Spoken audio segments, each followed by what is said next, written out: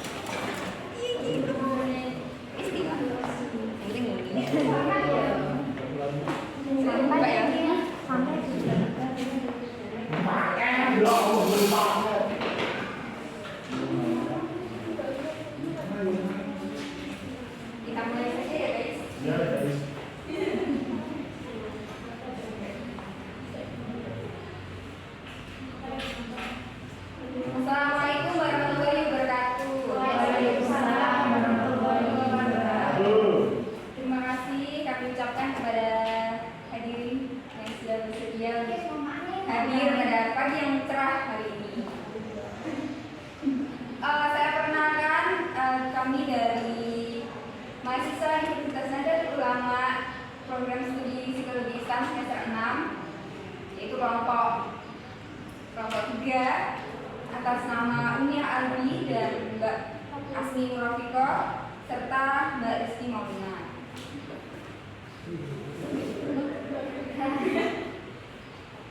Oke, sebelumnya biar kalian semangat, saya serahkan selanjutnya kepada Mbak Asmi untuk melakukan SPP.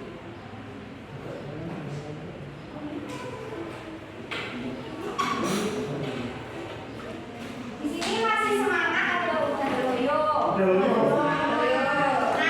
yang udah loyo dan yang semangat tadi silakan berdiri.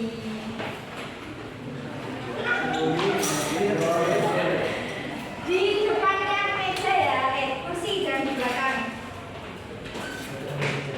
Oke, siap semua. Di sini kita akan joget sambil bernyanyi. Cluenya begini, kalau satu begini, kalau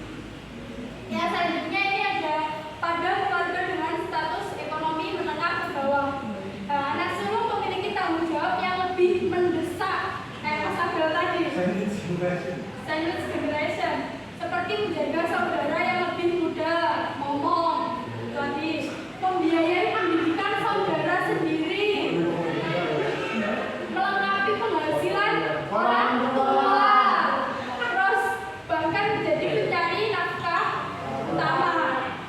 Jadi dia itu kayak menjadi toko ayam, menjadi yang mencari nafkah gitu. Kalau anak sulung ya rata-rata laki-laki biasanya ya, gitu.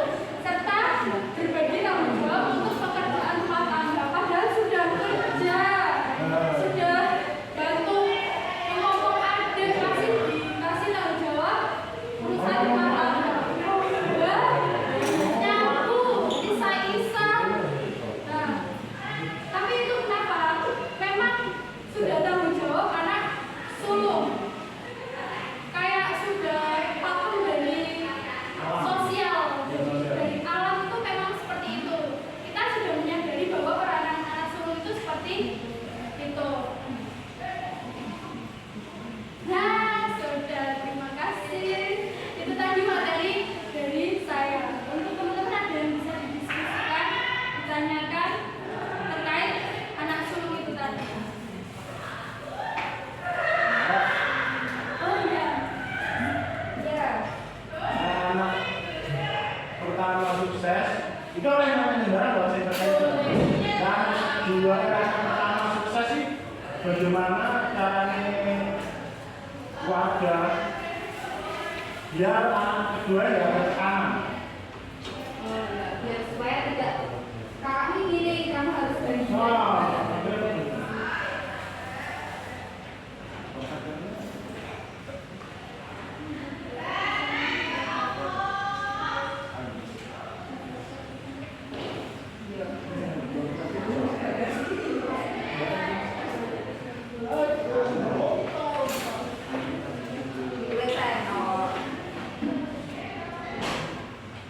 Pertanyaannya, ya Allah, bagaimana jika anak pertama sukses, Sukses orang mati. Pak, ya, Nilainya apa ya? sukses. Iya. Bagaimana anak kedua dia tidak terbebani, dia tidak terbeban. Terus ada yang tanya lagi nggak? Ya. Bagaimana cara pemahaman pada orang tua terkait proses generasi yang pertama? Bagaimana cara diskusi orang tua supaya anak pertama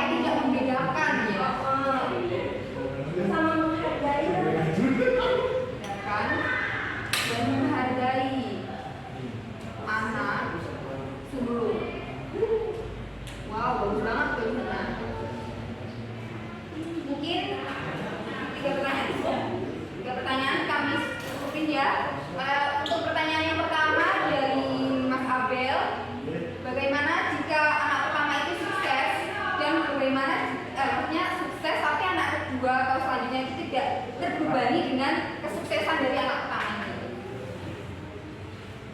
Bagaimana jika Dijawab sekarang apa nanti? Gimana kedua itu dimanjain nggak?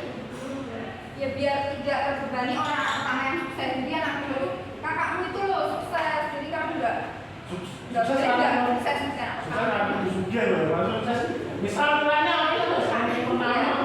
Pasti anak kedua jadi sasaran utama. Oh betul. Monggo dijawab. Iya. Materi nggak? Agak kesulitan.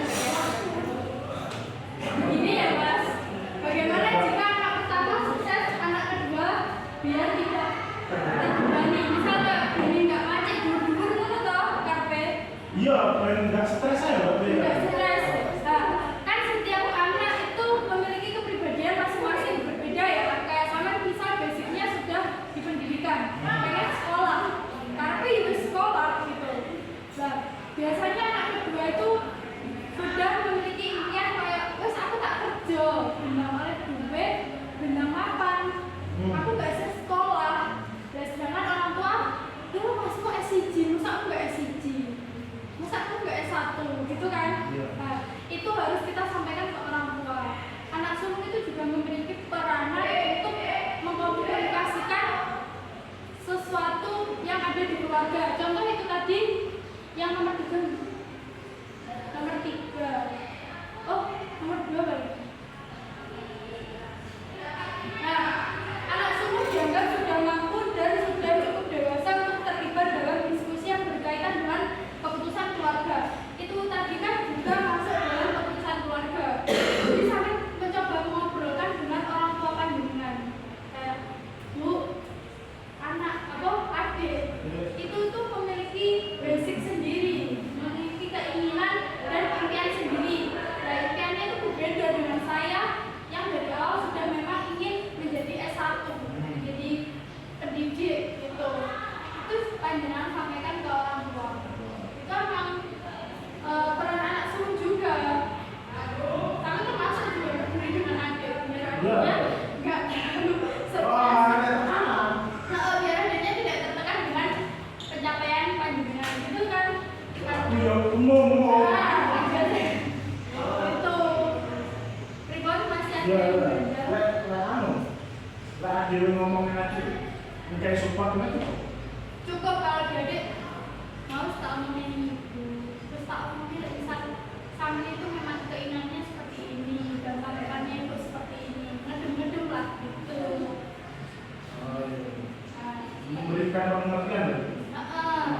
pemahaman dan support ke nggak apa-apa Osto, kalau kamu memang ingin kerja sama arahnya ini lo kerja yang baik, ini lo hal Ya betul.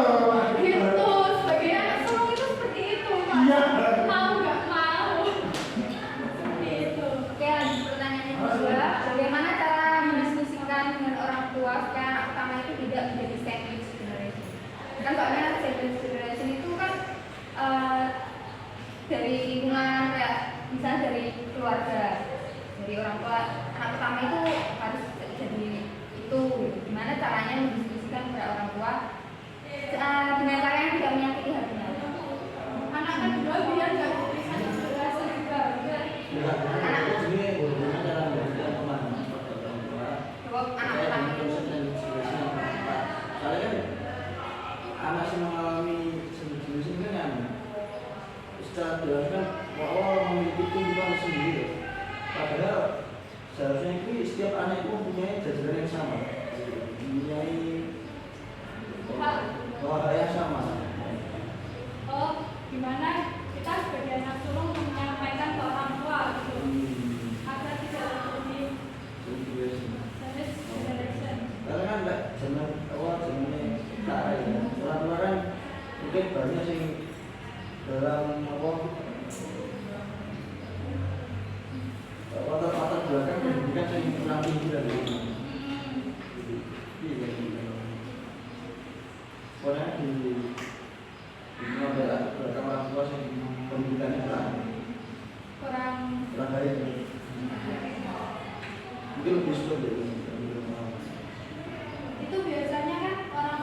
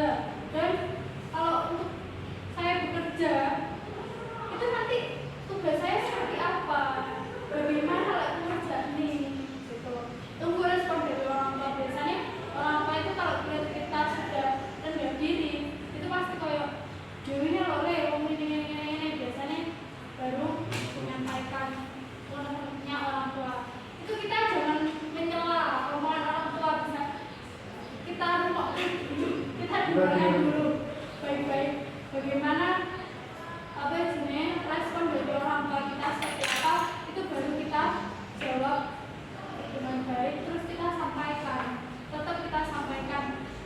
Yang akhirnya pokok saya pengen fokus ke kuliah saja. Saya tidak bisa kalau nyambi sama itu dulu. Sementara ini untuk semester ini saja, biasanya gitu.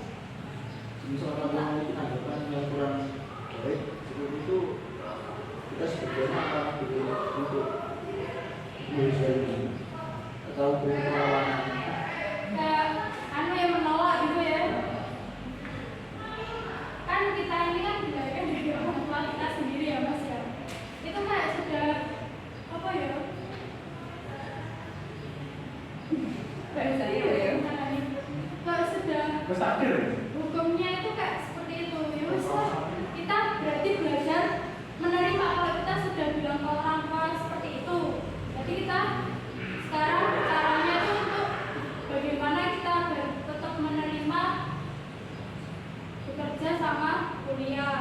Terus kita menerapkan manajemen waktunya.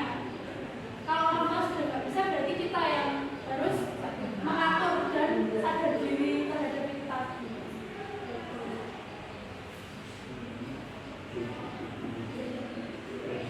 Terima kasih. Kita pertanyaan yang ketiga dari Mbak Nana, bagaimana memberikan pemahaman kepada orang tua supaya tidak membedakan ya, anak sulung. Jadi menganggap anak sulung dengan anak kedua atau yang lain itu sama. Mungkin Mbak Asmi mau membantu? Boleh. Monggo. Ini baik. Sampaikan. Ini gede pemateri loh. Kondisi anak sulung ini. Bagaimana memberikan pemahaman kepada orang tua supaya tidak membedakan dan menghargai anak sulung. Nah, segala sesuatu dalam keluarga itu yang terpenting apa? Komunikasi. Jika kita memiliki komunikasi dengan keluarga yang baik, pasti akan semua masalah itu akan terpecahkan atau akan terselesaikan. Ketika kita mengalami membeda-bedakan kasusnya gimana nih sederhana, atau mungkin sama anak belajar berapa? Dua. Nah, mungkin sama dibeda-bedakan sama kakak sampean gitu ya. Contohnya seperti apa, guys? Aku kuliah, enggak, kakak tuh pintar dari ilmu agama dan aku enggak. Oh gitu. Akademik, misalnya kakak enggak, aku kuliah. Oh gitu. Jadi sampean tuh harus belajar agama dengan sama kakakmu begitu ya. Jadi gini, maksudnya orang tua itu sebenarnya tidak membedakan. Kalau kalian itu bisa orang tua itu seperti ini, nggak mau anaknya itu dipandang sebelah mata oleh orang lain.